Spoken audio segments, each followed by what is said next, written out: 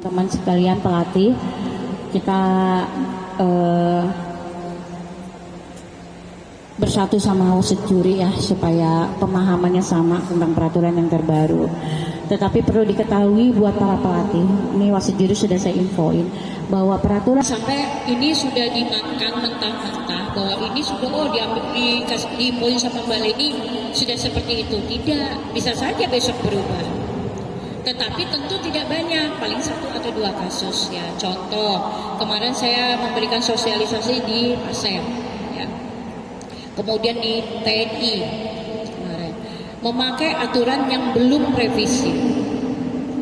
Tetapi tanggung jawab saya untuk memberikan info lagi ke Kabupaten Pasir untuk sama TNI bahwa perubahan ada. Saya buatkan catatan, saya bikin PDF, saya kirim ke Pasir. Tolong ini disebarkan di pelatih dan wasit juri supaya dia terus terupdate. Begitu juga nanti PPU. Kalau seandainya saya pulang di sini, mungkin malamnya dari PBIPSI bilang, oh ternyata ada lagi revisi yang tadinya tanggal 2 ternyata boleh. Kan bisa, itu revisi. Saya akan bikin catatan lagi. Kemudian saya kirim ke Pasir, saya kirim ke PPU. Paham ya? Sampai kita di Praporprov. Praporprov itu nanti di Balikpapan tanggal 1, tanggal 2, tanggal 3. Yang dapat tiket juara 1, juara 2, 3 bersama ya Mas Ganda. 1, 2, 3 ya. Itu baru bisa mengikuti Poprov. Dan nanti juara Praporprov di Balikpapan kemungkinan besar juara 1, 2 akan dites mengikuti PON bela diri. PON bela diri itu sih kemarin waktu raker dinas, entah berubah atau bagaimana kebijakannya bagaimana lagi yang tunggu saja. Tapi yang terakhir waktu kita raker seperti itu. Jadi Praporprov di Balikpapan nanti bergengsi. Ada 2 seleksi untuk yang juara untuk PON bela diri Oktober di mana ya? Datang ya, Kudus ya. Terus mengambil tiket di Porprov Pasir 2026. Juara 1, juara 2, 3 bersama. Itu yang masuk di Praporprov, ya. Di 2 event itu kita sudah memakai aturan ini.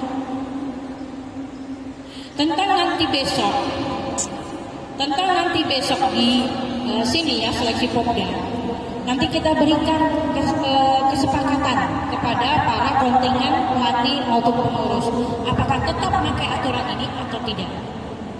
Yang pasti tidak boleh lagi yang namanya tarik menarik, pukulan selama 5 detik kemudian menjatuhkan diri menarik, itu sudah tidak diperbolehkan. Ya. Yang menurut saya tentang TGR tunggal ganda, kemudian regu, kemudian solo kreatif yang sekarang menjadi jurus bebas, namanya bukan solo kreatif lagi, namanya jurus bebas. Itu dipersilakan pakai aturan yang sekarang yang dipilah-pilah. Babak penyisihan tangan kosong, kemudian tangan kosong babak penyisihan kedua tangan kosong, kemudian semifinal boleh memilih senjata atau tangan kosong, silakan. Kalau tidak pakai aturan yang lama itu boleh.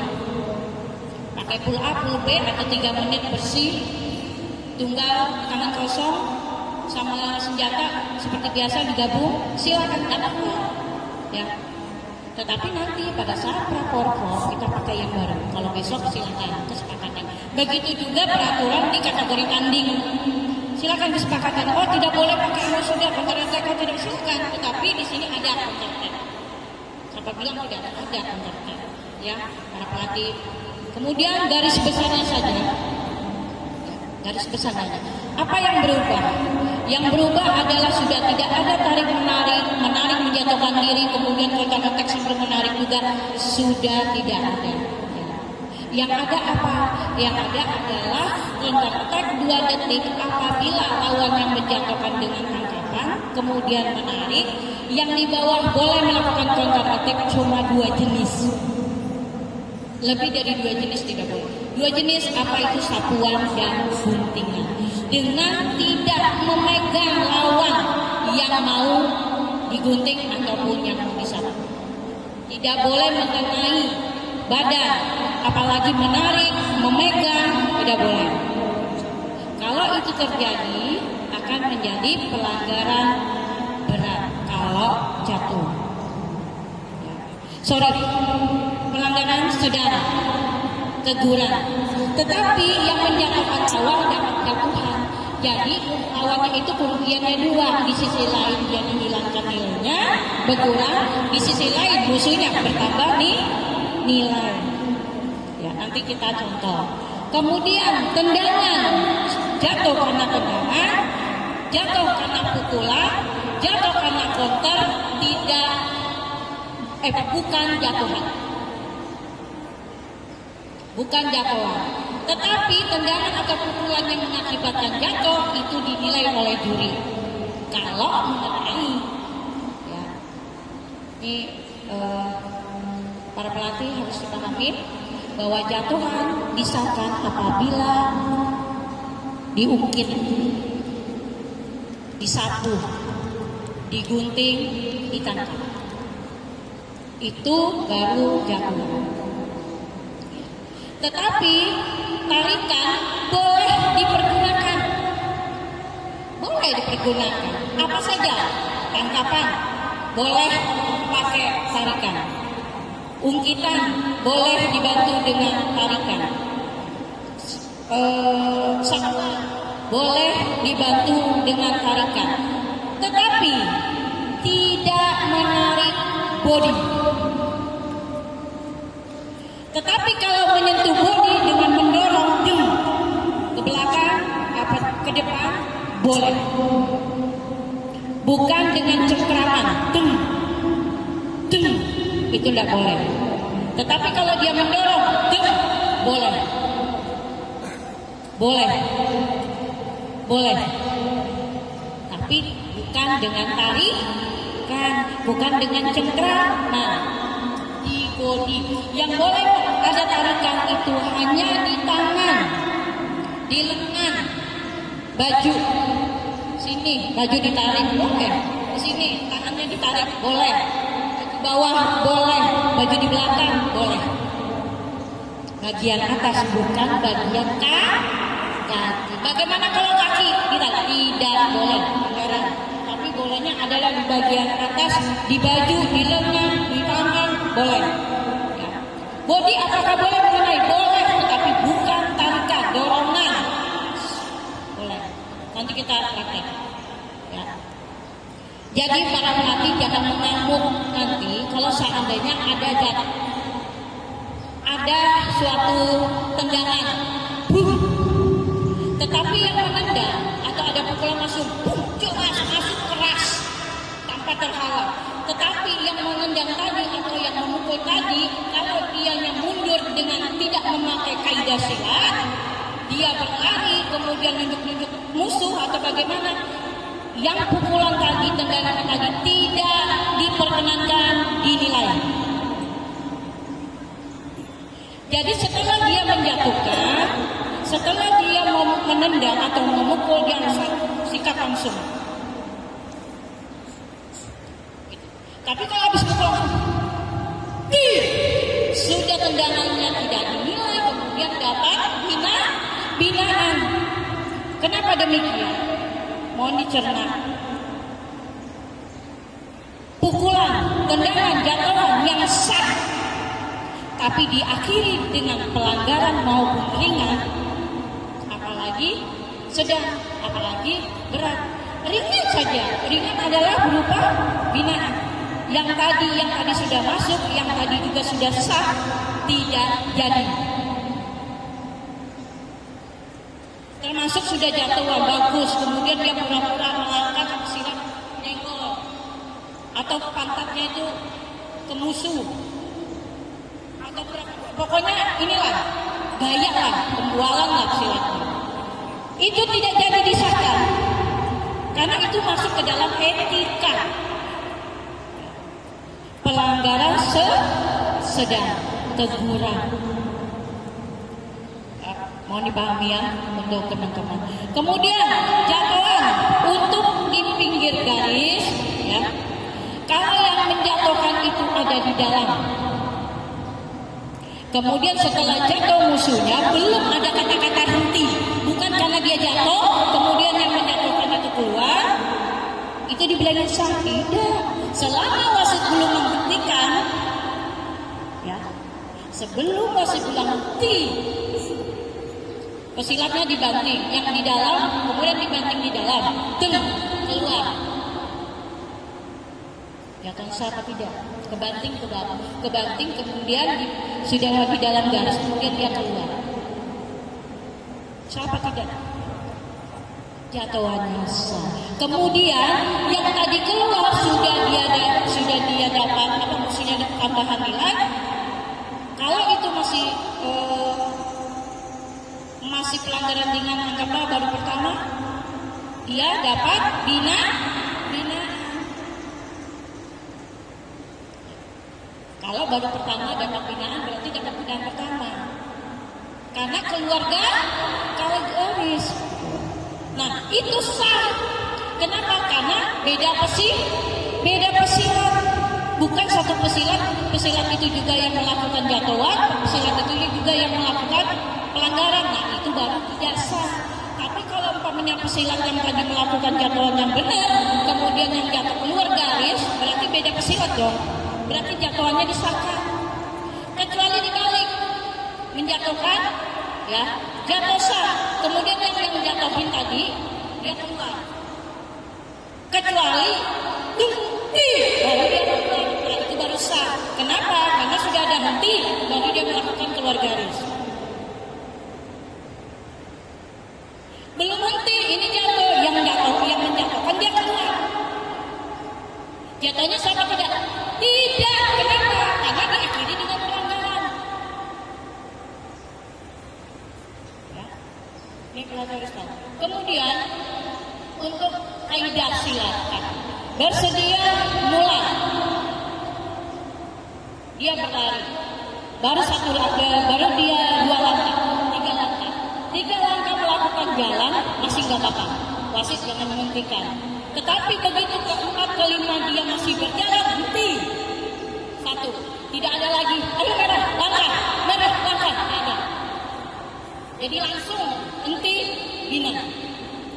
Tetapi kalau dia melangkah, itu tidak apa-apa. Ya, 4 lah. Karena ini remaja besok ya. Ya. Kalau sudah belat-belat jalan, sudah belat-belat lompat-lompat, lompat itu tidak sungguh 3, langsung pasang. Silat, kaidah.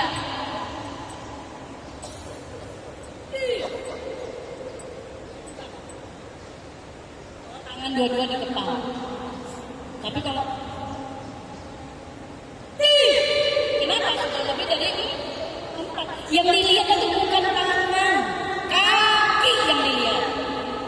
Kamu jalan tapi tanganmu begini, itu sama aja bukan pola langkah, pola tangan. Nggak ada dia punya pola tangan. Kaidah. Kalau tanganmu nggak main tapi kakimu berkaidah, itu malah nggak apa-apa. Ini kaidah. Langkah silat. Langsung.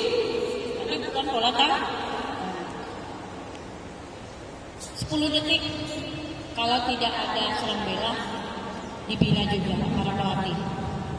Jadi paham, sudah tahu ya. Nanti besok itu beda gelanggarnya. Jadi biru merah sudah tidak ada. Sudut biru, merah, kemudian biru, nanti kandang. Tempatnya coach agak di pinggir atau di belakang boleh. Jadi coachnya nanti tempatnya di sana, di 2 meter atau 1,5 meter setelah inilah yang sini kotaknya. Itu sampingnya Mas Axel, agak ke sana. Kemudian ini juga. Nanti sudut netral adalah di samping kiri kanan aparat pertandingan, ya. Netral, kemudian wasit nanti berdirinya di situ. Kalau seandainya nanti ada verifikasi juri ya. Verifikasi juri itu berarti nanti wasitnya ada di sini. Untuk teman-teman pelatih, tentu besok nanti yang membawa atlet, jangan sampai nanti ya ini peraturan yang baru atau besok nanti yang mendampingi pesilatnya bukan yang mengikuti technical meeting supaya nggak ricu, atau memang temannya nggak bisa diinfokan, nanti aturannya begini loh, nanti ini begini loh, nanti ini begini, kasih tahu. Kalau tidak bisa mendampingi pesilat, yang penting technical meeting, siapa yang datang, kalau bisa dia menjadi coach, kalau tidak bisa tentu diarahkan temannya, dikasih tahu temannya, jangan diam aja. Kamu jadi coach yang akademi saya kerja di, jadi dikasih tahu. Ini banyak pelatih PPU yang saya tidak lihat ini, belum ada. Saya mau lihat technical meeting. Technical meeting nanti insya Allah saya masih di sini dampingi sampai hari Minggu. Jadi saya akan arahin itu muka-muka yang senior itu. Kalau sampai ribut besoknya saya panggil langsung. Saya hadapkan sama Mas Depta, orang-orang Pemprov ini bertiga. Yang salah pelatih itu biar di tingkat kabupaten kota, kalau etikanya sudah salah, ini yang turun tangan ini mereka. Jadi kalau dia mewakili PPU karena etikanya jelek, nanti ditolak di sana di Pemprov, tidak boleh jadi coach, ada masalahnya. Tuh. Jadi etikanya termasuk securi juga. Kalau Pemcapnya tuh di sini nulis nggak bisa ikut, ada masalah bla bla bla bla, dikirim ke Pemprov, tembusannya ke saya, nggak bisa ditugaskan jadinya. Jadi harus etikanya dijaga. Mungkin itu aja. Ada pertanyaan? Yang dinampakkan kontak erat, tentu kalian pertanyaannya. Ayo kasih curi yang kemarin. Siapa? Gara-gara kemarin saya sakit semua badanku dikasih. Yang kasih curi kasih contoh. Angkapan, kemudian Mas Eko iya di situ. Tapi lawannya siapa?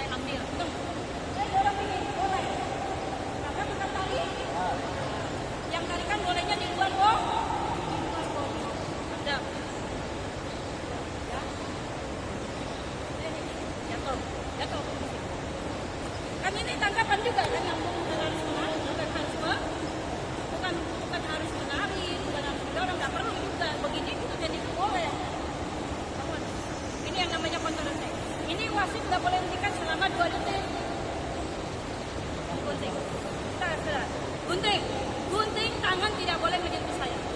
Akannya dia. Tidak boleh megang apa lagi. Jangan sentuhan sama sekali.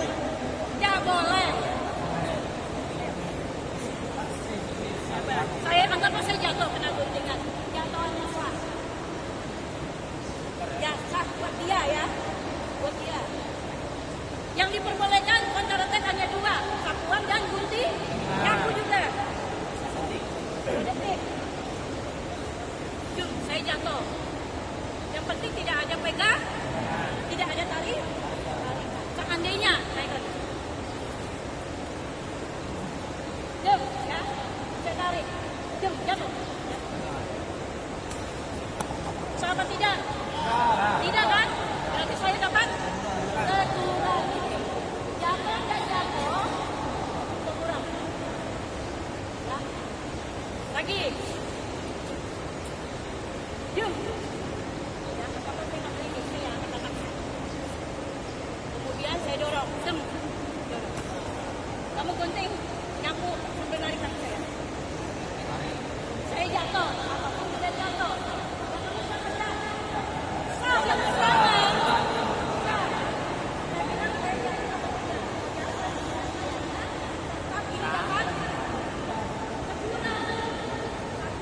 Kemudian jatuhan buat saya.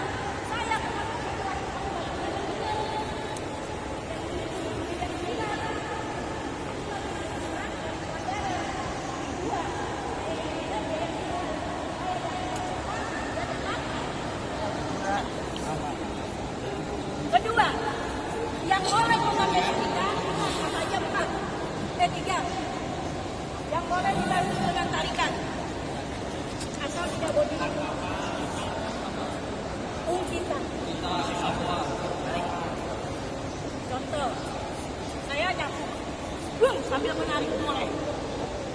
Tarik baju ini. Boleh. Yang penting tidak bodi.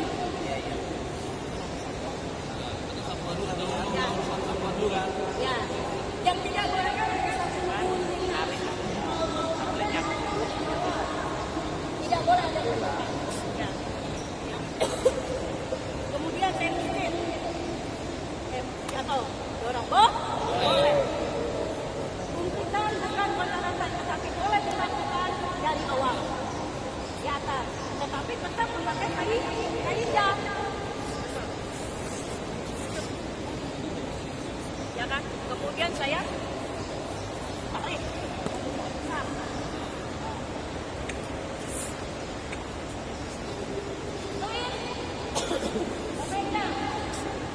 Tidak boleh.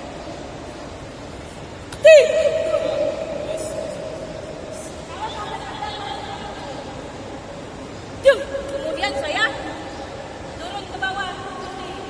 Tidak boleh. Jatuhnya tidak sah. Saya dapat teguran. Tidak boleh.